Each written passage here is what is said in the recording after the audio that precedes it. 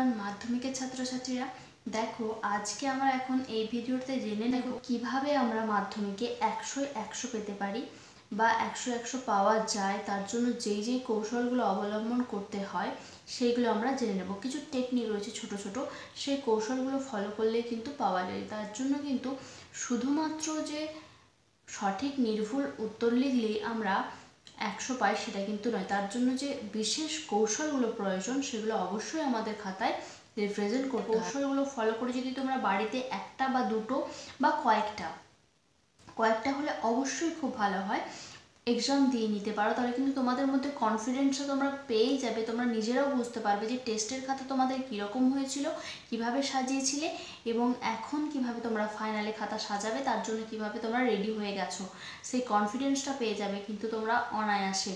এবং দেখে নিতেই পারবে, হ্যাঁ তোমরা নিজেরাই বুঝতে পারবে টেস্টের থেকে তোমাদের কত বেটার খাতা হয়েছে। ঠিক আছে, জেনে নিচ্ছি চলো ঝটপট করে যে কি কি কৌশলগুলো আমাদের করা উচিত কোন বিভাগের জন্য। ঠিক আছে, আমাদের আনসার শিট পাওয়ার পরে যেটা করতে হবে, সুন্দর করে খাতার প্রত্যেকটা পাতায় মার্জিন টেনে নিতে হবে। ঠিক আছে, এবং মার্জিনটা তোমরা খুব বেশি মাপজোপ করার দরকার নেই। সেক্ষেত্রে আমি বলে রাখছি, তোমাদের যে স্কেল তোমরা সাথে নিয়ে যাও, সেক্ষেত্রে যেই স্কেলটা নিয়ে যাও সেটা বসাবে, জাস্ট একটা স্কেলের মাপ যে সম্পূর্ণ হয় সেটাই দিয়ে নেবে, কোনো অসুবিধা হবে না। তাহলে মেজারমেন্টের ক্ষেত্রে চারিদিকে মার্জিনটা দিতে পারলে খুব ভালো হয়, খাতা খুব সুন্দর দেখায়। তোমরা অ্যাটলিস্ট প্রথমে যে আনসার শিটটা পাচ্ছ সেটার জন্য তো টাইম পাচ্ছ, সেই সময়টাতে নাও। লুজ পেজগুলোতে সে দেখা যাবে তাড়াহুড়োর সময়, ঠিক আছে, কিন্তু প্রথমটা করে নাও, তাহলে খুব সুন্দর দেখতে লাগে, খাতা পরিষ্কার পরিচ্ছন্ন দেখায়। আর তা না হলে আমরা তিন দিক মানে নিচের দিকটা খালি রাখতে পারি, তা না হলেও আমরা দুদিক অবশ্যই, এটার থেকে কোনো বাদ দেওয়া যাবে না। দুদিক মানে ওপর এবং বাম দিক, মার্জিনের বাম দিকে আমরা দেবো কোশ্চেনের দাগ নাম্বার। এবার চলে আসে বিভাগ কতে, তোমাদের থাকে এমসিকিউ কোশ্চেন। সেক্ষেত্রে সম্পূর্ণ কোশ্চেনের উত্তর লিখে সময় নষ্ট করার কোনো দরকার নেই। প্রথমেই বলি, প্রথম কৌশল হলো আমাদের টাইম মেজারমেন্ট। টাইমটা যেন ভুলভাবে ভুল জায়গায় নষ্ট না হয়। এমন না হয় যে কোনো একটা কোশ্চেনকে বসিয়ে সুন্দরভাবে লিখতে গেলাম, লিখতে গিয়ে আর একটা কোশ্চেন ছাড়া হলো, সেটা যেন না হয়। যেমন তোমাদের বলছি 2 এবং 3 নাম্বারের ক্ষেত্রে তোমরা এত বড় করলে বা এত বেশি সময় নিয়ে নিলে যে একটা 5 নাম্বারে ছাড়া হয়ে গেল, সেক্ষেত্রে কিন্তু একদম করবে না। বা একটা 5 নাম্বারে বড় কোশ্চেন লিখতে গিয়ে 2 নাম্বার ছাড়া হলো, সেটা যেন না হয়। আমাদেরকে এই প্রসঙ্গে বলি যে কত নাম্বারের কোশ্চেনের জন্য কত টাইম দেবে, তার জন্য সুন্দর করে তোমাদেরকে টাইম টেবিল বানিয়ে দেওয়া রয়েছে। সেই ভিডিওটা আমার ডেসক্রিপশন বক্সে অবশ্যই দেওয়া থাকবে, তোমরা দেখে নিতে কিন্তু ভুলো না। ঠিক আছে, নেক্সট চলে আসছি মার্জিন দেওয়ার পর এমসিকিউ এর ক্ষেত্রে তোমরা সম্পূর্ণ কোশ্চেন লিখে সেটার আনসার লেখার কোনো দরকার নেই। জাস্ট এক দাগ দাও, আনসারটা লিখে দাও, যেটা অপশনটা লিখে দাও। অপশন মনে করো তোমার রয়েছে ঘ উত্তর হবে, একের দাগে ক খ গ ঘ চারটে তোমাদের অপশন থাকে, তাহলে একের দাগ ঘ পাশে উত্তর। ঠিক আছে, নেক্সট দুয়ের দাগ এইভাবে তোমরা করে নাও। আর হ্যাঁ, যদি তোমাদের শর্ট কোশ্চেন কোনো একটা জানো না মনে হয়, সেক্ষেত্রে কিন্তু তোমরা জায়গা ফাঁকা রেখে দাও। শূন্যস্থান পূরণের ক্ষেত্রেও তোমরা দাগ নাম্বার দিয়ে পাশে উত্তরটা লিখে দাও। শুদ্ধ অশুদ্ধর ক্ষেত্রেও দাগ নাম্বার দিয়ে শুদ্ধ হলে সু, অশুদ্ধ হলে অ লিখে দাও।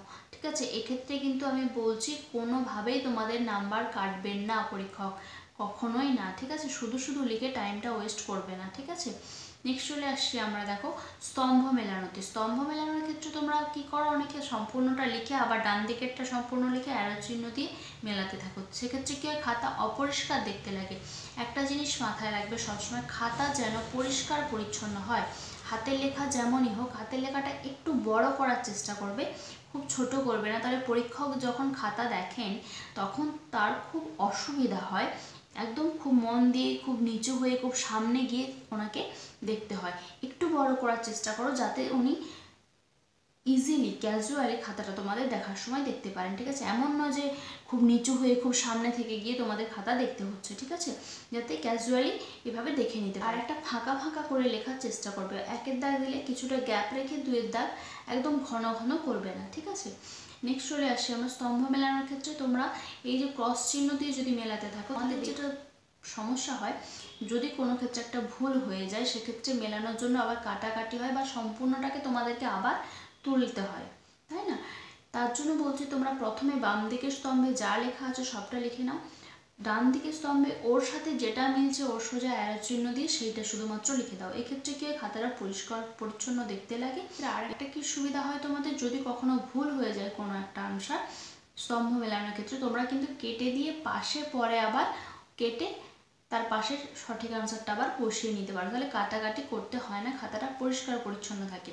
আর একটা, যখন তোমাদের কোনো কিছু ভুল হবে মনে করেছো বা কাটছো, সেক্ষেত্রে বারবার এইভাবে কাটবে না, ঠিক আছে? জাস্ট একটা বা দুটো লাইন টেনে দেবে তার উপর দিয়ে, ঠিক আছে? তাহলেই হবে। খাতা পরিষ্কার পরিচ্ছন্ন রাখার চেষ্টা করবে। আমরা যখন বারবার এইভাবে কালি গুলিয়ে কাটি, সেই জায়গাটা কিন্তু আমাদের পরীক্ষকের আগে চোখে পড়ে এবং সেটা মার্ক করে দিচ্ছি আমরা যে আমি এখানটা ভুল করেছি, আমার এখানটা ভুল হয়েছিল, ঠিক আছে? কিন্তু যদি তুমি একটা ক্রস দিয়ে কাটো তাহলে কিন্তু সেটা অতটা হাইলাইট হয় না ভুলটা, ঠিক আছে? ওকে, নেক্সট আসছি আমরা একদম 2 নম্বরের কোশ্চেনে, ঠিক আছে? 2 নম্বরের কোশ্চেনের ক্ষেত্রেও কিন্তু পরপর তোমরা সিরিয়ালি কোশ্চেনের আনসারগুলো করার চেষ্টা করবে এবং এমসিকিউ এসিকিউ এর ক্ষেত্রেও যদি কোনোটা তোমাদের মনে পড়ছে না মনে হয়, কনফিউশন থাকে বা পরে করবে মনে হয়, সেক্ষেত্রে তোমরা দাগ নাম্বার দিয়ে ফাঁকা রেখে চলে যাও এবং ফাঁকটা একটা একটু একটু বেশি করে রাখো, যাতে তোমার পরে মনে হয় লেখার সময় ঘন না হয়ে যায় বা ঘিঞ্জি না হয়ে যায়, ইজিলি যাতে লিখতে পারো, ঠিক আছে? সেই ক্ষেত্রে দেখো, বা কোনো একটা কোশ্চেন ভুল হয়েছে সেটা কেটে তার নিচে লিখতে হবে পরে এমসিকিউ বা এসিকিউ, সেক্ষেত্রে যেন সেটা কাটার পর নিচের জায়গা পাচ্ছ না এইরকমটা না হয়, সেই স্পেসটা রেখে তুমি লেখার চেষ্টা করো, তাতে খাতাটা পরিষ্কার পরিচ্ছন্ন হয় এবং পরে তোমার ভুল সংশোধনের ক্ষেত্রেও সুবিধা হয়। আর হ্যাঁ, তুমি যেটা তুমি পরে করবে বলছো ফাঁকা রেখে চলে যাও এবং তোমার প্রশ্নপত্রে মার্কিং করে যাও যে তুমি পরে করবে, নইলে কিন্তু আমরা ভুলে যাই, ঠিক আছে? 2 মার্কসে 3টে থেকে 4টে ছোট ছোট পয়েন্ট করলে ইজিলি নাম্বার পাওয়া যায়, একটা সংজ্ঞা বা ধারণা, একটা উদাহরণ আর একটা দুটো বৈশিষ্ট্য, ঠিক আছে? পরে আমি তোমাদেরকে কিভাবে খাতাটা লিখবে বা আনসার লিখবে সেটা লিখে আমি খাতায় দেখিয়ে দেবো যে খাতাটা কিভাবে করবে, একটা খাতা দেখিয়ে দেওয়ার চেষ্টা করবো, ঠিক আছে? এখন দেখো, নেক্সট আসছি আমরা 3 নম্বরের কোশ্চেনে। আর একটা বলি, 2 নম্বরের কোশ্চেন লিখতে লিখতে মাঝে কখনো 3 বা 5 নম্বরের কোশ্চেন তোমরা নিয়ে যাবে না, কারণ সেক্ষেত্রে পরীক্ষক যখন খাতা দেখেন তিনি যে মার্কসগুলো দেন নাম্বার কাউন্টিংয়ের ক্ষেত্রে অসুবিধা হয়, ঠিক আছে? বা তুমি 2 লিখছো, তার মাঝে যদি একটা 3 লিখে দাও, কখনো ওনার খেয়াল হলো না উনি 2 মার্কসের কোশ্চেন ভেবে 2 দিয়ে চলে গেলেন, এটাও হতে পারে। এবং যিনি পরীক্ষক খাতা দেখছেন তিনি যাতে ক্যাজুয়ালি রিল্যাক্স ফিল করেন সেটা তোমাকে দেখতে হবে। তার ক্ষেত্রে উল্টে পাল্টে খাতা দেখা, এই দাগটা এখানে, ওই দাগটা সেই পাতায়, ওই দাগটা আরও পেছনের পাতায়, এটা করবে না, ঠিক আছে? 2 মার্কসের কোশ্চেন লিখতে লিখতে তোমার যদি মনে হয় তুমি একটা পারছো না, তুমি 3 মার্কসে চলে যাবে, তাহলে তুমি অবশ্যই একটা গ্যাপ রেখে দিয়ে তারপর সেটা কোশ্চেনে মার্ক করে যাও, যেটা তুমি পরে করবে, মার্ক করে তুমি পরে 3 নম্বরের কোশ্চেনে দরকার হলে তুমি এক্সট্রা লুজ স্পেস নিয়ে রাখো, নিয়ে অ্যাটাচ করে রাখো, পরে তুমি পরের বিভাগে যেতে পারো, ঠিক আছে? কোনো অসুবিধা নেই। যদি এক্সট্রা লুজ নিতে তোমার নিয়ে রেখে অধিক এক্সট্রা নিয়ে রাখো, কোনো অসুবিধা নেই, কিন্তু যদি কম পড়ে মাঝখানে তাহলে কিন্তু অসুবিধা হয়। অধিক এক্সট্রা নিয়ে রাখলে এক্সট্রা পাতা রয়ে গেল একটা, কোনো অসুবিধা নেই, পরে তুমি পাতাটাকে জাস্ট একটা ক্রস ওপর থেকে নিচ পর্যন্ত লাইন টেনে দিয়ে পিটিও নিচে লিখে দেবে, প্লিজ টার্ন ওভার বা পেজ টার্ন ওভার, তাহলেই হবে। এটা করতেই পারো, 2 মার্কসের কোশ্চেন করে 5 মার্কসের কোশ্চেন করতেই পারো, 3 পরে করতে পারো, কিন্তু আমি যেটা বলতে চাইছি 2 করতে করতে তার মাঝে 5 আবার পরে গিয়ে 2, এটা করবে না। 2 তো পরপর 2, 3 মার্কসের করছো তো পরপর 3 মার্কসের, 5 মার্কসের করছো তো সব 5 মার্কসের পরপর, ঠিক আছে? 5 মার্কস, 3 মার্কস এবং 2 মার্কস বা 1 মার্কস, সেগুলো সব পরপর এইভাবে করার চেষ্টা করবে, ঠিক আছে? এবং 5 মার্কসের পর এবার ফাইনালি আসি আমরা ম্যাপ পয়েন্টিং। ম্যাপ পয়েন্টিংয়ের ক্ষেত্রে তুমি পেনটা অ্যাভয়েড করে যাবে, ম্যাপ পয়েন্টিংয়ে করবে না, পেন্সিল ইউজ করবে।